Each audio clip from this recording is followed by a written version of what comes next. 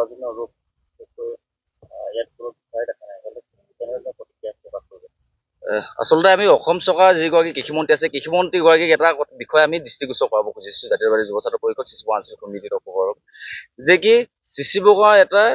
ইতিহাস প্ৰসিদ্ধ এখন ঠাই আৰু ইয়াত এটা এগ্ৰিকালচাৰ অফিচ চিচিবগাঁও কৃষি উন্নয়ন বিষয়া কাৰ্যালয়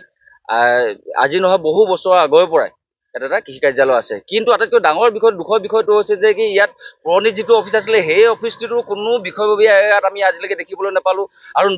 21-22 চনত পুৰণি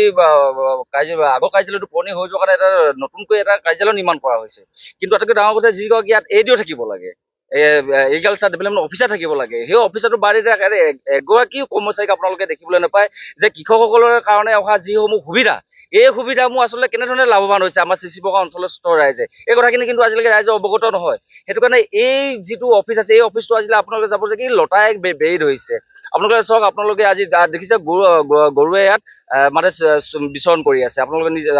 আমি সকলোৱে প্ৰত্যক্ষ কৰিছো। সেইটো কাৰণে আমি জাতীয়তাবাদী যুৱ ছাত্ৰ পৰিষদ চিচিবগাঁও আঞ্চলিক সমিতি এটা কথা দাবী উত্থাপন কৰিব বিচাৰিছো যে কি জিলা আয়ুক্ত মহোদয়ক আৰু বিশেষকৈ কৃষিমন্ত্ৰীগৰাকী যে চাওক আপোনাৰ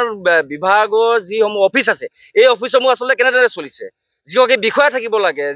যিসকল কৰ্মচাৰী থাকিব লাগে চিচিবগাঁও যিটো এগ্ৰিকালচাৰ অফিচ আছে এই অফিচটোত আজিলৈকে কোনো এজন বিষয়া আজি বহুত বছৰ ধৰি কিন্তু আজিলৈকে ইয়াত আমি দেখিবলৈ পোৱা নাই। সেইটো কাৰণে জাতীয়বাদী যুৱ ছাত্ৰ পৰিষদ চিচিবগাঁও আঞ্চলিক সমিতি এটা দাবী উত্থাপন কৰিছো এই যিসমূহ অফিচাৰ আছে যিসমূহ কৰ্মচাৰী আছে চিচিবগাঁও যি এগ্ৰিকালচাৰ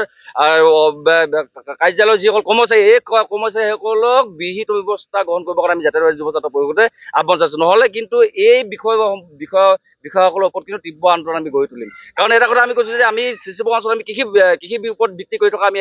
আমি ৰাইজ কিন্তু এই কৃষকসকলে যিসমূহ পাবলগীয়া সুবিধা এই সুবিধাবোৰ আমাৰ চিচিবগাঁও ৰাইজে কিন্তু আজিলৈকে পোৱা নাই। সেইটো কাৰণে ক'ৰ পৰা এই অফিচটো আচলতে যিজন বিষয়া থাকিব লাগে এই বিষয়াসকলে ক'ৰ পৰা অফিচটো চলাই আছে তেওঁলোকে অফিচলৈতো আমি আজিলৈকে এদিনো আমি কেইবাদিনো ইয়ালৈকে আহিছো কিন্তু আজিলৈকে কোনো এজন আমি বিষয়বিলাক